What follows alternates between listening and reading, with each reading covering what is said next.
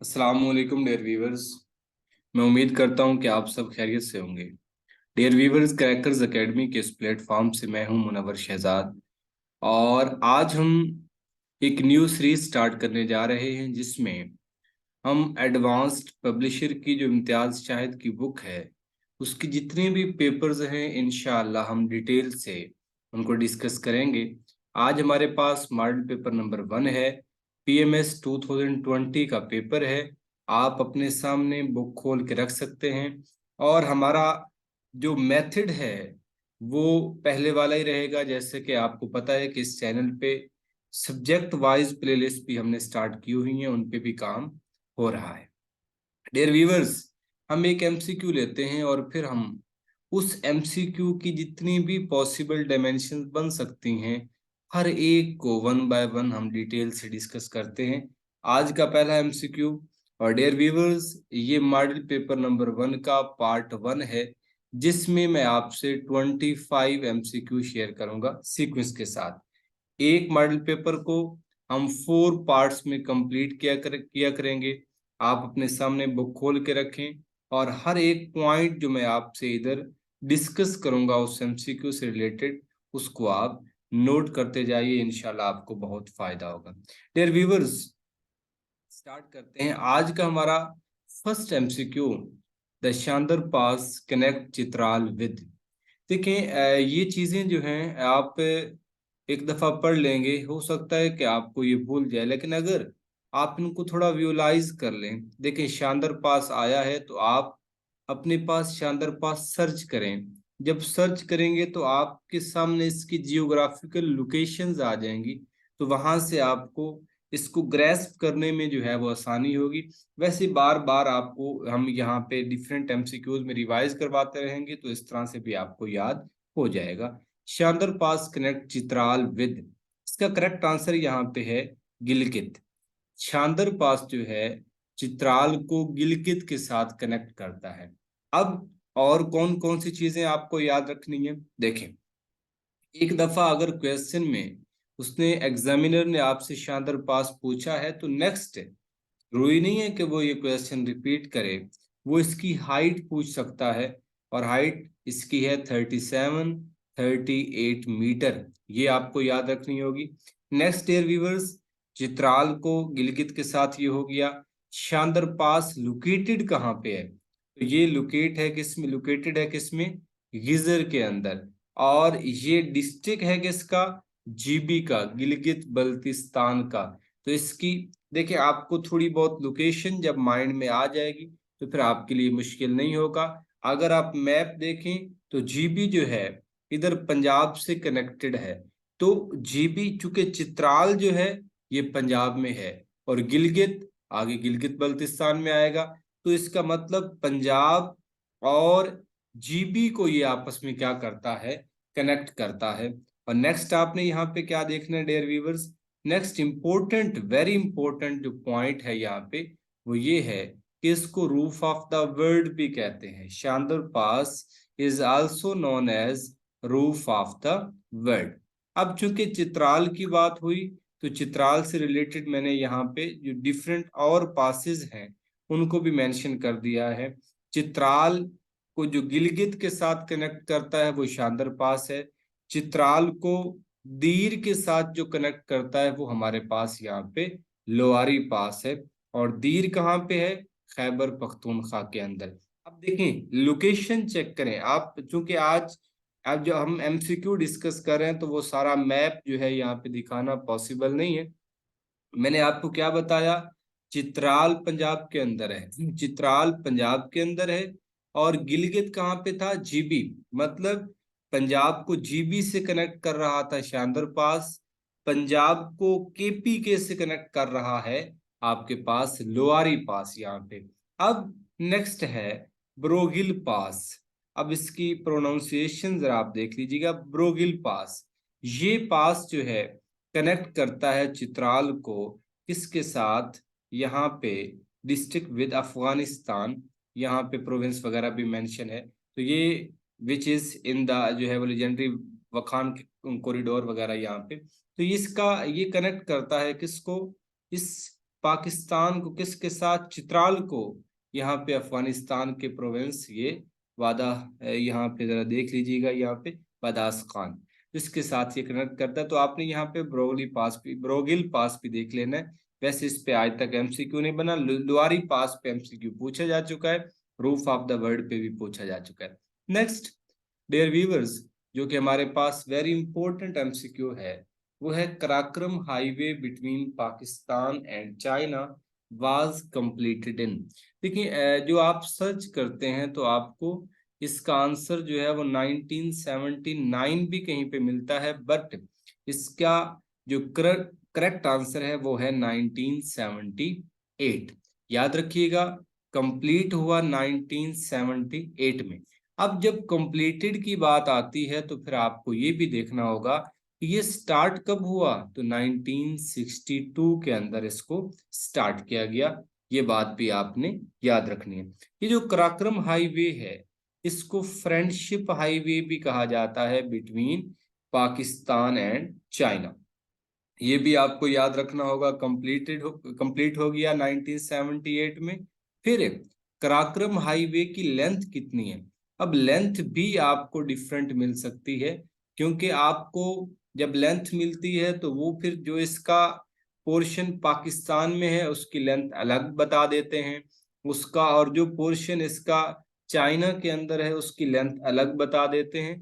तो ये complete length है। अगर लेंथ पे क्वेश्चन आता है तो फिर ये नहीं आता कि पाकिस्तान में कितनी है और आपके पास चाइना में कितनी है, फिर कंप्लीट लेंथ इसकी है 1300 किलोमीटर।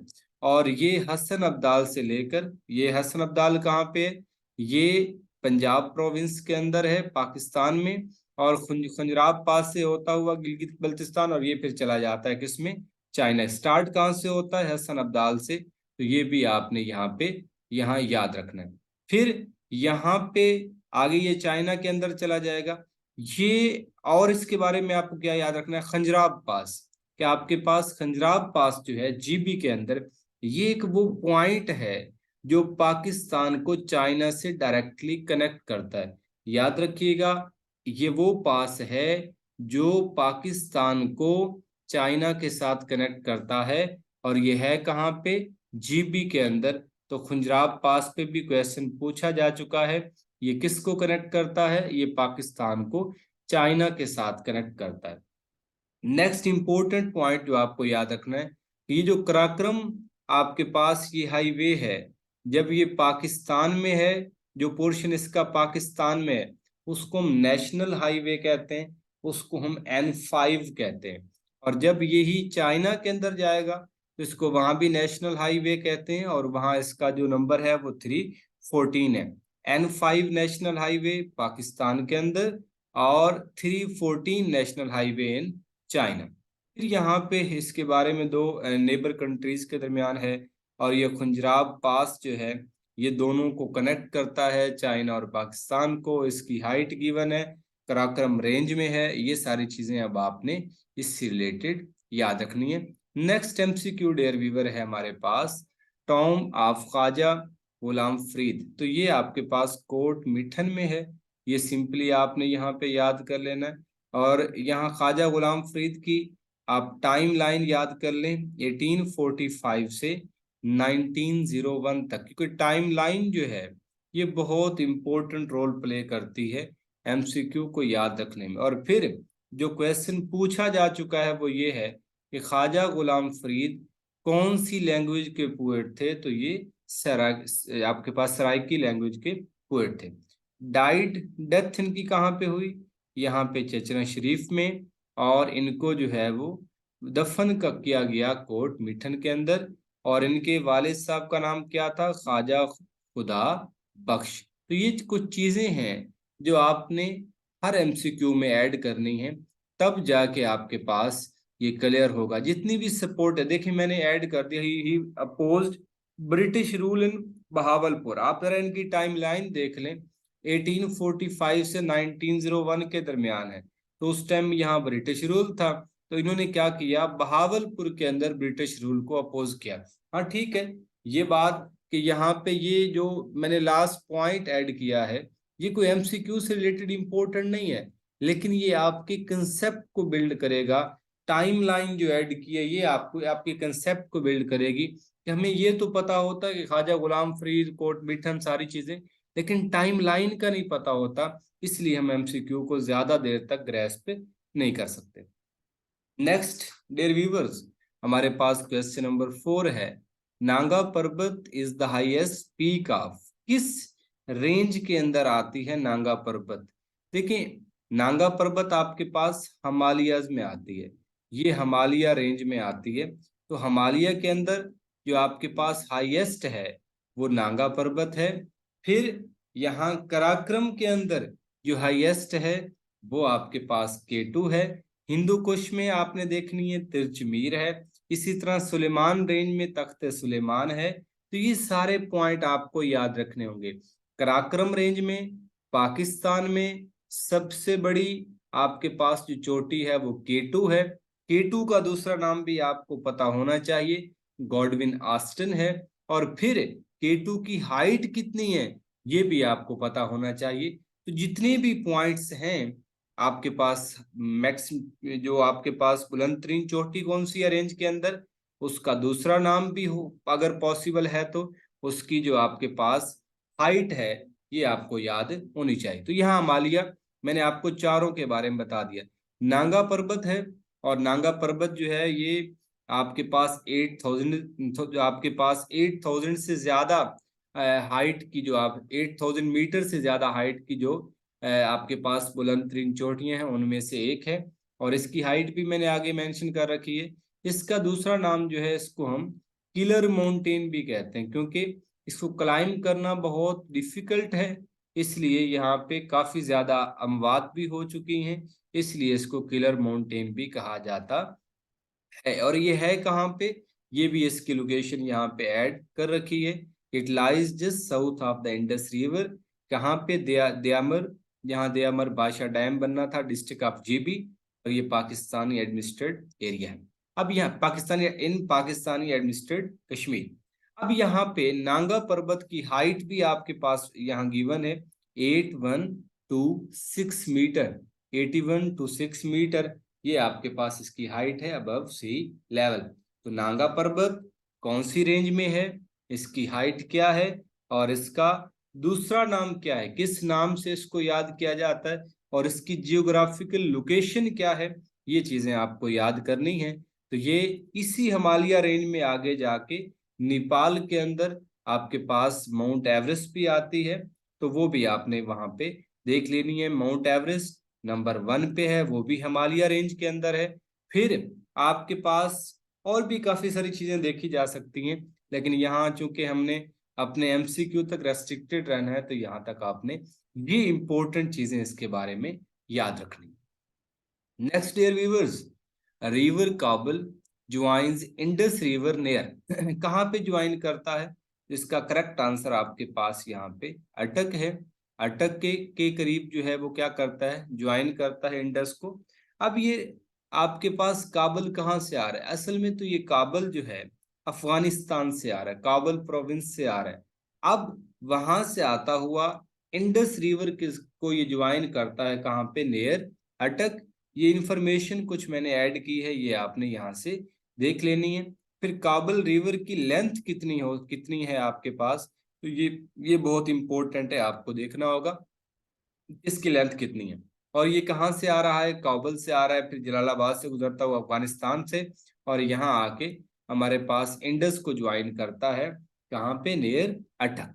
अब अगर आपने काबुल की देख ली तो वर्ड इंडस भी तो यूज हुआ है, तो इंडस के बारे में भी थोड़ी बहुत बातें देख लेते हैं।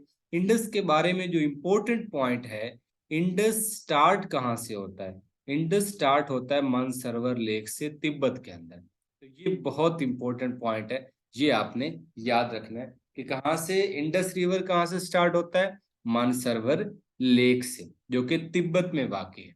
इसकी टोटल लेंथ जो है ये डिफरेंट जो है वो आपको मिलती हैं। जो अथेंटिक सोर्स से मुझे मिली वो आपके सामने है, 2880 किलोमीटर, और जिसमें से 1114 किलोमीटर इंडिया के अंदर है, और रिमेनिंग पार्ट जो है ये पाकिस्तान के अंदर है। अटक का वर्ड भी यूज हुआ है आंसर के अंदर। अटक जो है ये एक डिस्ट्रिक्ट है, कहाँ पे है, in the north west of Punjab province of Pakistan. और ये कब क्रिएट हुआ, 1904 में। मर्जर लगा, तलगंग वगैरह और ये चीजें अब आपने देख लेनी है। तो देखिए हमारे पास क्वेश्चन के अंदर कीवर्ड्स कौन कौन से थे। एक रिवर काबल था, एक इंडस था, और फिर अटक था। तो हमने काबल को भी डिटेल से देखा, इंडस को भी डिटेल से देखा, और अटक के पॉइंट्स भी हमने डिस्कस कर लिए। तो ये अप्रोच रहेगी आपकी इस एमसीक्यू की प्रिपरेशन में। देखिए अगर आप जस्ट वही एक एमसीक्यू पढ़ लेते हैं, उसके 4 ऑप्शन देख लेते हैं, तो आप उसको चाहे जितनी बार पढ़ लें, आखिर एक दिन वो आपको भूलना ही है। लेकिन देखें, भूलना चले ये भी, इनमें से भी कुछ स्किप हो सकते हैं, लेकिन देखें आपने जब एक ही एमसीक्यू पढ़ा, तो वो जब आपको नेक्स्ट टाइम क्वेश्चन आपको देगा, तो वो आपको वही एमसीक्यू तो नहीं देगा, वो तो चेंज करेगा, और आपने उसकी पॉसिबल डायमेंशन तो देखी ही नहीं है, तो लिहाजा आपके लिए मुश्किल हो सकती है। एक्सक्यूज जी। नेक्स्ट हमारे पास जो क्वेश्चन है वो है the chairman of national economic council. इसके चेयरमैन जो है वो आपके पास यहाँ प्राइम मिनिस्टर साहब होते हैं। तो प्राइम मिनिस्टर शहबाज शरीफ जो है इसके करंट चेयरमैन हैं, जब ये वीडियो रिकॉर्ड की जा रही है तब। तो वो चेयरमैन जो है वो आजकल पता नहीं है, हो सकता है कल हो ना हो, लेकिन अभी तक इस टाइम जो है वो करंट जो है शहबाज शरीफ साहब है। और ये इकोनॉमिक एडवाइजरी काउंसिल है, और ये इकोनॉमिक अफेयर्स में गवर्नमेंट को जो है वो क्या करती है, एड प्रोवाइड करती है, उसमें हेल्प प्रोवाइड करती है अपनी। और शहबाज शरीफ साहब इसके मेंबर है, सॉरी प्रेसिडेंट है, चेयरमैन है। अब यहाँ पे who was the first Muslim governor of Punjab. देखें, जब फर्स्ट आप कीवर्ड्स को देखें, कीवर्ड्स क्या है, फर्स्ट पूछा है, फर्स्ट मुस्लिम गवर्नर, इसका मतलब फर्स्ट मुस्लिम पूछा है, फर्स्ट नहीं पूछा। फर्स्ट कोई और होगा, फर्स्ट मुस्लिम कोई और है। ये बातें आपने अच्छी तरह से क्लियर करनी है।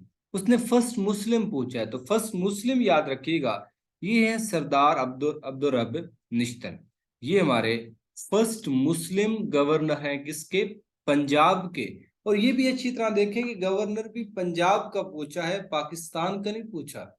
तो पंजाब के पहले गवर्नर सरदार अब्दुल रब निश्तर हैं। अब इनमें जो चीजें हैं कि ये गवर्नर की जो पावर्स हैं पहले जो है वो बहुत ज्यादा थी, जिनका इतलाक जो है आपने कहाँ कहाँ देखा। ये आपका फर्स्ट मार्शल लॉ है 1958 से 1972 तक, ये किसने लगाया, ये अब आपको देखना होगा। सेकंड मार्शल लॉ, कुछ चीजें मैं आपके लिए छोड़ूंगा ताकि आप भी सर्च करें। सेकंड मार्शल लॉ 1977 से 1985 तक, ये किसने लगाया, ये भी आपको देखना होगा। इस तरह 1999 से 202, ये भी मार्शल लॉ लगा। ठीक है, तो ये सारी चीजें एक और भी दरमियान में। तो अब ये चौथी जो है इसको इमरजेंसी भी ये जो कंसीडर किया जाता है, एक मार्शल लॉ यहाँ पे ऐड नहीं किया, तो वो भी आप देख लीजिए। 3 मार्शल लॉ है, और चौथी जो है इमरजेंसी थी जो परवेज मुशर्रफ ने लगाई। अब गवर्नर रूल को डायरेक्ट भी जो है वो इसको किया जा चुका है यूज, कहाँ पे, 1949 से 1951 में पंजाब के अंदर गवर्नर राज भी लगाया जा चुका है, जिसकी मदद से असेंबलीज जो है वो डिसॉल्व की गई। लेकिन सरदार अब्दुल निश्तर पहले मुस्लिम गवर्नर हैं पंजाब के, 1949 से लेकर 1951 तक। अब in Pakistan first governor of West Punjab जो थे, अब यहाँ क्योंकि वेस्ट और ईस्ट की भी कहानी चलेगी, अब वेस्ट पंजाब के फर्स्ट गवर्नर जो थे वो सर फ्रांसिस यहाँ पे मोदी थे। तो ये आपने देखना है, ये पहले गवर्नर है। और जो क्वेश्चन में पूछा है उसने उसने पहला मुस्लिम गवर्नर पूछा है। तो ये चीजें आपको अच्छी तरह से यहाँ पे देखनी होंगी। कायदे आजम पहले गवर्नर थे पाकिस्तान के, तो आपसे क्वेश्चन होगा फिर सेकंड गवर्नर कौन थे पाकिस्तान के। और साथ ही ये क्वेश्चन होगा कि टोटल गवर्नर कितने जो है वो पाकिस्तान के हमारे पास रूल कर चुके हैं। अब यहाँ पे फर्स्ट गवर्नर पाकिस्तान के कायदे आजम हैं, फर्स्ट गवर्नर पंजाब के सर फ्रांसिस मोदी हैं, फर्स्ट गवर्नर मुस्लिम जो है पंजाब के वो सरदार अब्दुल रब निश्तर हैं। और करंट भी देख ले। ये आपके पास जो सिंध में है, सिंध यहाँ पे शायद ऐड नहीं हुआ। सिंध में जो है हमारे पास ये कामरान तसूरी साहब हैं, फिर पंजाब में मोहम्मद बलीग रहमान साहब हैं मौलवी साहब, और फिर खैबर पख्तूनख्वा में हाजी गुलाम अली साहब हैं, सैयद मेहदी शाह साहब, और फिर अब्दुल वली काकड़। तो ये आपने करंट भी देख लेने, ये चेंज होते रहते हैं आजकल दिन ब दिन, तो इसको भी आपने नजर में रखना है। Very important MCQ dear viewer, objective resolution was presented in constituent assembly on. देखिए ये बहुत ही कंफ्यूजिंग क्वेश्चन है कि प्रेजेंट कब की गई। देखिए दो वर्ड्स यहाँ पे यूज होंगे जो मैंने यहाँ पे ऐड कर रखे हैं। प्रेजेंटेड और अडॉप्टेड में डिफरेंस है। देखिए प्रेजेंट की गई 7 मार्च, आपके पास करेक्ट आंसर 7 मार्च है। और अडॉप्ट कब की गई? 12 मार्च को। पहले तो मैंने इसकी थोड़ी बहुत आपसे जो है वो इसकी हिस्ट्री शेयर कर दी है कि ऑब्जेक्टिव रेजोल्यूशन जो है ये क्यों बना, क्यों इसका मकसद क्या था। क्योंकि हमने अपना आइन बनाना था, जो कि हमारे आइन के बनने में 9 साल लग गए। हमने इतनी जल्दी से अपना आइन बनाया, तो हम 9 साल इस वतन अजीज को जो है वो अंग्रेजों के दिए हुए कानून पे चलाते रहे। अब यहाँ पे 1949 में करारदाद मकासिद पास की गई। देखें प्रेजेंट कब की गई? 7 मार्च को। पास कब की गई? 12 मार्च को। अब वो करारदाद मकासिद ऑब्जेक्टिव रेजोल्यूशन पास होती है कि हमने अपने इस मुल्क का एक आइन डेवलप करना है, और उस आइन की डेवलपमेंट के में कौन कौन से इंपॉर्टेंट पॉइंट्स हमें ऐड करने चाहिए, उन पे बेस्ड एक बेसिक आपके पास यहाँ पे प्रिंसिपल कमेटी भी बनाई गई। तो ऑब्जेक्टिव ऑब्जेक्टिव रेजोल्यूशन पास हुई, और ऑब्जेक्टिव रेजोल्यूशन पास हुई, और ये पास कब हुई? 12 मार्च 1949। अब यहाँ पे इसको फिर इंपोर्टेंस मिली। इसको 1956 के आइन में भी जो है वो यूज किया गया, 1962 में भी, 1973 में भी, और फिर इसको अल्टीमेटली 1985 में 18th अमेंडमेंट के जरिए इसको 1973 का पार्ट कंसीडर किया गया। याद रखिए, देखें इसको किसका कंप्लीटली पार्ट बनाया गया? 1973 का। अगर तो कॉन्स्टिट्यूशन की बात होती है, फिर कब बनाया गया? 1985 में इसको फाइनली जो है वो 1973 के कॉन्स्टिट्यूशन में ऐड कर दिया गया। और कौन सी? 18, सॉरी मैंने बोला 8th अमेंडमेंट के जरिए इसको जो है वो 1973 का पार्ट बनाया गया 1985 के अंदर। अब यहाँ पे ऑब्जेक्टिव रेजोल्यूशन प्रेजेंट कब हुई? 7 मार्च। किसने की? यहाँ पे लियाकत अली खान ने। और भी आप इसके बारे में काफी चीजें जो है वो देख सकते हैं। और यहाँ पे नॉन मुस्लिम थे, उन्होंने इसको जो है वो अपोज भी किया मोशन। और इसके बाद ये आगे कुछ इसकी चीजें वगैरह जो है मैंने ऐड कर रखी, तो आपने देख लेनी है। नेक्स्ट, हमारे पास the only vice president of Pakistan. देखिए हमारे पास पाकिस्तान के प्रेसिडेंट तो आपने नाम सुने होंगे।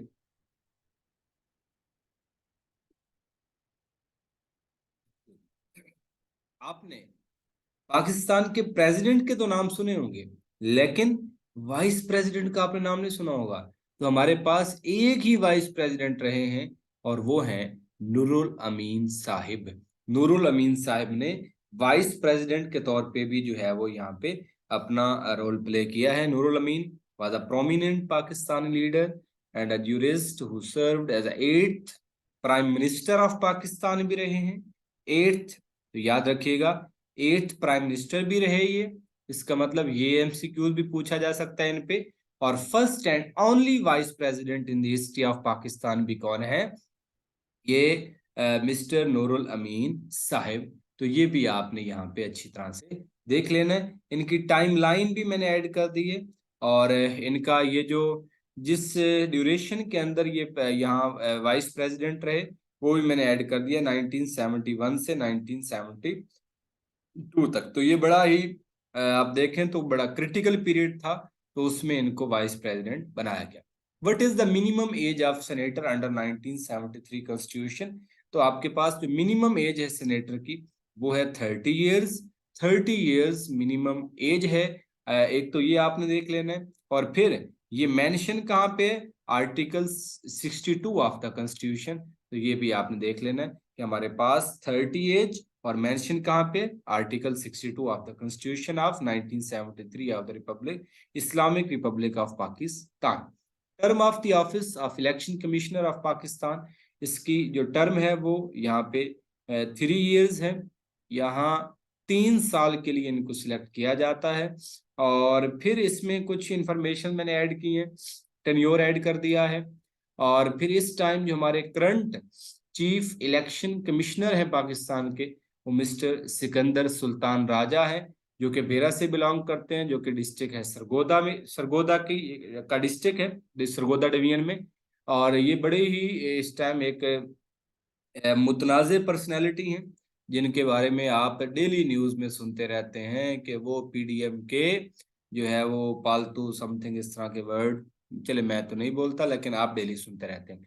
The president of Pakistan appoints the chief election commissioner and 4 members of election commission of Pakistan. तो इनको अपॉइंट जो है ये कौन करते हैं, प्रेसिडेंट साहब करते हैं। और चूंकि इलेक्शन कमीशन की बात हुई है, तो पहले भी देख लेने चाहिए कि पहले इलेक्शन जो आपके पास चीफ इलेक्शन कमिश्नर कौन थे। यहाँ पे FM Khan, FM radio station भी होता है ना, तो FM खान जो है, फतेह मोहम्मद खान पहले चीफ इलेक्शन कमिश्नर रहे हैं। और ये इलेक्शन कमीशन कब क्रिएट किया गया, ये जो आपके पास इसका इलेक्शन कमीशन का ये जो डिपार्टमेंट था, तो वाज फॉर्म्ड, एक ऑटोनमस बॉडी थी 23 मार्च और 1956 में। और जब हमारा आइन पास हो रहा था, पहला पहला कानून हमारा कॉन्स्टिट्यूशन जो है वो डेवलप हुआ, तभी साथ ही आप इस डेट को भी याद रख सकते हैं कि इलेक्शन कमीशन जो है वो बनाया।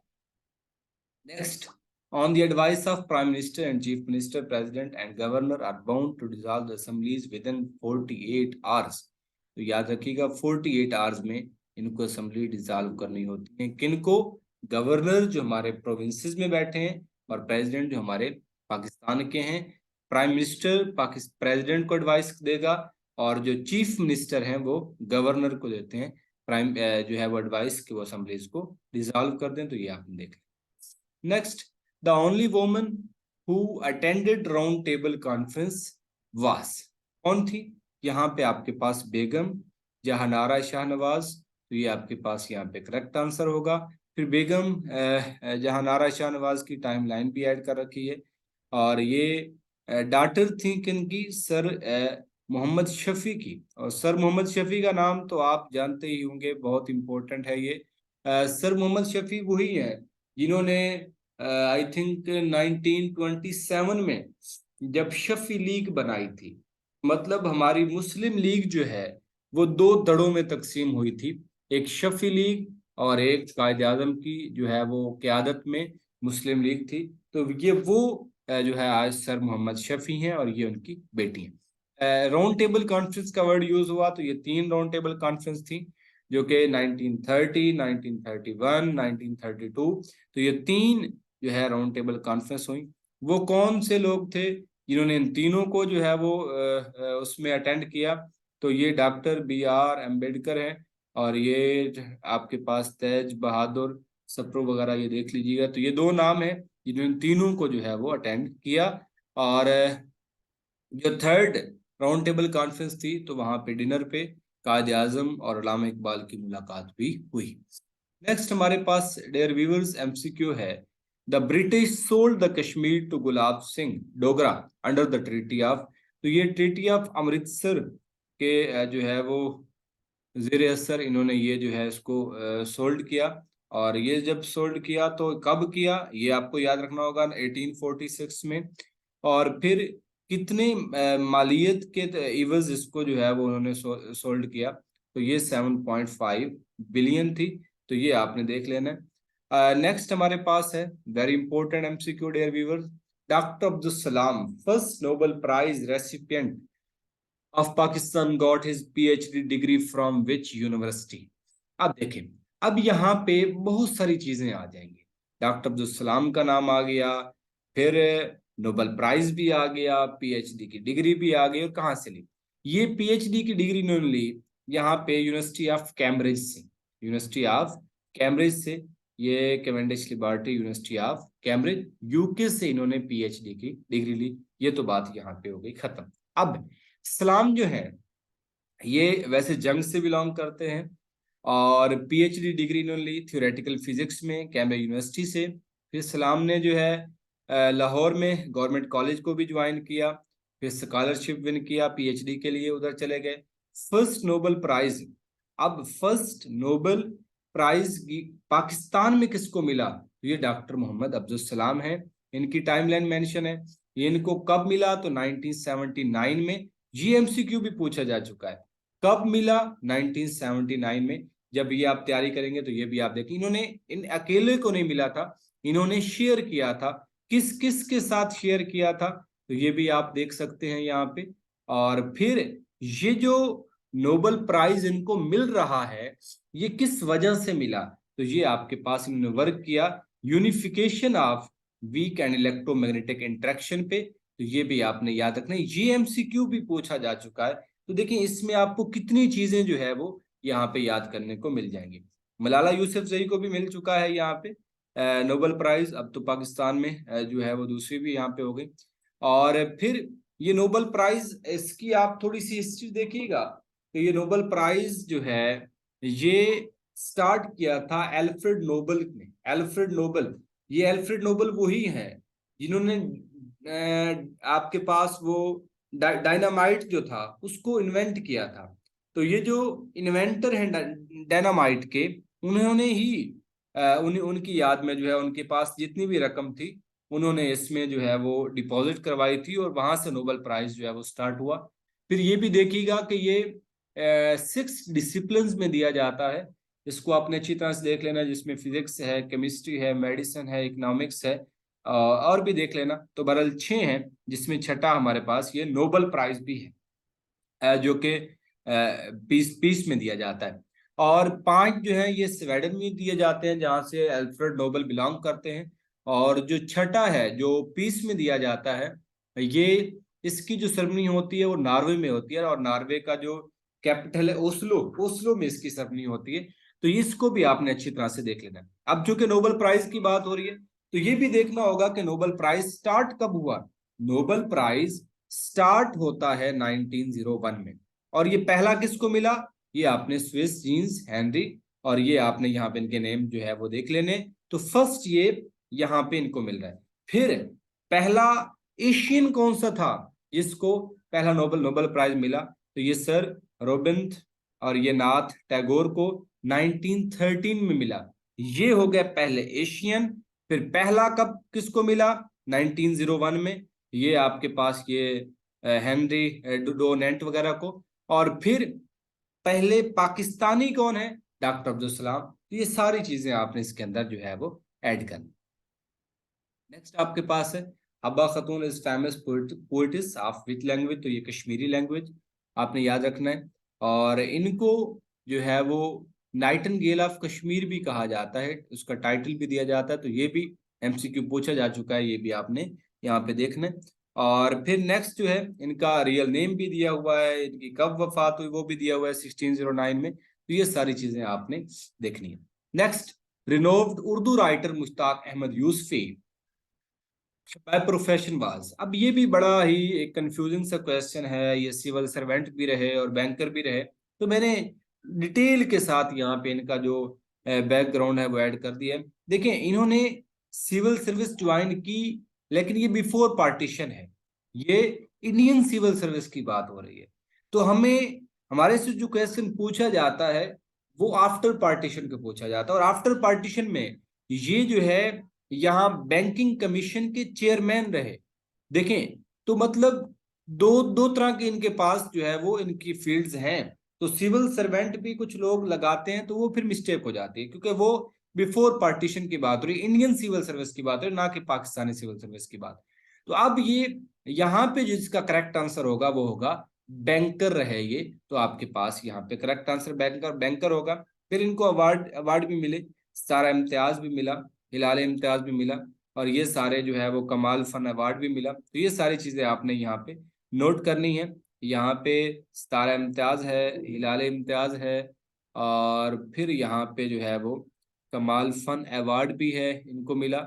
और इन्होंने जो है वो कुछ इनकी कलेक्शन भी है, जिसमें चिराग तले और ये आपके पास तीन चार, ये भी आपने इसका देख लेना है। तो ये मुश्ताक अहमद यूसुफी से रिलेटेड जो इंपॉर्टेंट चीजें देखें, जो मैंने आपसे कहा। अब देखिए लोअरी पास, मैं आपको पहले एमसीक्यू में लोअरी पास के बारे में बता चुका। मैंने कहा कि जो शांदर पास है वो चित्राल को गिलगित के साथ कनेक्ट करता है, और उसको आप रूफ ऑफ द वर्ल्ड भी कहते हैं। और उसकी हाइट कितनी है, बगैर देखे अभी आप बताएंगे, 37-38 मीटर।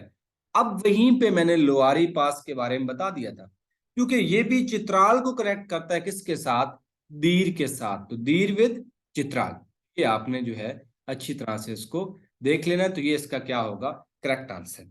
अब फिर लोअरी पास के बारे में कुछ बातें वगैरह जो है वो मैंने मेंशन कर दी है। यहाँ पे खैबर पास की बात की है, पाकिस्तान को अफगानिस्तान से कनेक्ट करता है। ब्रोगिल पास की बात पहले हो चुकी है, तो ये आपने अब पास, खुंजराब पास की बात मैं पहले कर चुका हूं, ये पाकिस्तान को कनेक्ट करता है चाइना के साथ। ठीक है, एक ही पॉइंट है जो पाकिस्तान और चाइना को आपस में मिलाता है। तो हमारे पास एमसीक्यू नंबर 19 है, doctor Ruth of the mother Teresa of Pakistan campaign against. तो इन्होंने ये जो बीमारी है लेप्रोसी, ये जो I think if I am not wrong, ये जो कोहड़ की मर्ज है, इसके इसके खिलाफ इन्होंने जो है वो यहाँ पे कंपेन स्टार्ट की। और इसकी इनकी हिस्ट्री भी मैंने यहाँ पे ऐड कर दी है, तो ये भी आपने अच्छी तरह से देख लेनी है। वाइंड अप करते हैं, क्योंकि हमारी वीडियो जो है वो बहुत लेंथी हो गई है। तो 25 एमसीक्यू हमने कवर करना है। United Nation General Assembly has declared the decade of 2021 to 30। तो ये जो है इकोसिस्टम रेस्टोरेशन को यहाँ पे इसको नाम दिया गया है। इसकी यहाँ पे आपके पास जो इसका करेक्ट आंसर होगा वो बी होगा, कि हमारे इकोसिस्टम को रिस्टोर करवाया जाए।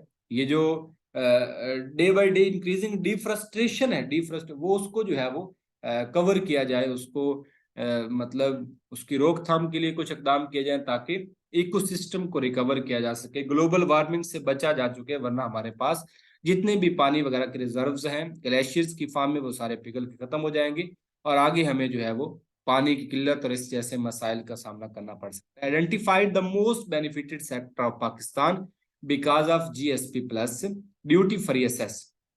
तो ड्यूटी फ्री एसेस या सबसे ज्यादा मिली है टेक्सटाइल एंड गारमेंट्स को। तो ये भी सिंपल क्वेश्चन है, ये भी आपने यहाँ पे देख लेना। Next very important MCQ, title of ambassador of Hindu Muslim unity was given to Quaid Azam at Lucknow pact 1916 by, किसने दिया, ये दिया सरोजनी नैदो ने। तो ये सर क्यों दिया, क्योंकि देखिए 1916 की अगर आप टाइमलाइन देखें ना, तो 1916 में जो कायद आजम थे, कायद आजम 1916 में मुस्लिम लीग के मेंबर भी हैं और कांग्रेस के मेंबर भी हैं। तो इनकी जो दोनों जो ये जमातें थी, इनके दोनों के चूंकि ये मेंबर मेंबर थे, इन्होंने बड़ा जो है वो यहाँ पे हिंदू मुस्लिम यूनिटी में वर्क किया। और 1916 में सेपरेट इलेक्टोरेट को जो है वो एक्सेप्ट किया गया। तो मिसेस जो सरोजनी नैदो थी, इन्होंने जो है इनको ambassador of Hindu Muslim unity का खिताब दिया। तो ये तो इन्होंने दिया, और ये जो मिसेस सरोजनी नैदू जो है, इनको नाइटिंगेल ऑफ इंडिया भी कहते हैं। तो ये भी आपने अच्छी तरह देख लेना। इनके इनसे रिलेटेड जो मोस्ट इंपोर्टेंट एमसीक्यू है वो ये है, इनको नाइटिंगेल ऑफ इंडिया भी कहा जाता है। तो ये भी आपने यहाँ पे याद रखना। नेक्स्ट कुछ इंफॉर्मेशन और भी ऐड है। अब चूंकि टाइम जो है वो एंड हो रहा है, तो इसलिए मैं जरा स्पीड लगा रहा हूँ। Quaid Azam resign from the membership of imperial legislative council on account of, Quaid Azam ने कब रिजाइन किया, देखें 1919 में एक एक्ट पास किया ब्रिटिश गवर्नमेंट ने। और वो एक्ट क्या था, वो एक्ट ये था कि ब्रिटिश गवर्नमेंट जो है वो शक की बिना पे किसी भी बंदे को अरेस्ट कर सकती है विदाउट ट्रायल। और ये इतना कितने टाइम के लिए, 2 साल के लिए अरेस्ट कर सकती है। तो कायद आजम ने इसकी अपोजिशन में जाके जो है वो क्या किया, इसकी जो मेंबरशिप थी उससे रिजाइन कर दिया। तो ये आपने याद रखना है। और ये कौन सा एक्ट था, ये रो लेट एक्ट था 1919। तो ये जो आज जो है बड़ी आज़ादी और जमहूरियत और डेमोक्रेसी के भाषण देते हैं ये ब्रिटिश। तो इनके ये कारनामे भी जरा आप याद रखा करें, जो 1919 में ये शक की बिना पे 2 साल के लिए अरेस्ट वारंट की जो है वो बात कर रहे थे। Wealth of nation was written by, तो ये आदम स्मिथ ने लिखी है। आदम स्मिथ के साथ साथ ये स्कॉटिश थे, और मैंने कार्ल मार्क्स का भी ऐड कर दिया है यहाँ पे, मैक्स वेबर की का भी कुछ जो है वो इनकी कलेक्शन ऐड कर दी है, विलियम शेक्सपियर की भी ऐड कर दी है। तो ये आपने यहाँ से पढ़। Statue of liberty was given to USA, तो ये फ्रांस ने दिया था। इसका जस्ट आपने डेट याद रख लेनी है कि किस मतलब सन में दिया गया था, तो ये आपने याद रखना है। 1884 में फ्रांस ने प्रेजेंट किया किसको, यूएसए को। तो ये आपने अच्छी तरह से याद रखना है। हमारे यहाँ पे 25 MCQ कंप्लीट होते हैं। ये इस मॉडल पेपर नंबर 1 का पार्ट 1 था। मैं उम्मीद करता हूं कि हर एक पॉइंट आपको अच्छी तरह से समझ आया होगा और आपने 25 MCQ के पार्ट 1 को एंजॉय किया होगा। इंशाल्लाह इस सीरीज को हम कंटिन्यू रखेंगे। आप अपनी राय का जो इजहार है वो कमेंट बॉक्स में लाजमी कीजिए। आपकी अप्रिसिएशन जो है इस सीरीज को कंटिन्यू रखने में हमारी हमारे लिए हेल्पफुल साबित होगी। तो इंशाल्लाह मिलते हैं नेक्स्ट पार्ट में। तब तक मुझे दीजिए इजाजत। अल्लाह हाफिज।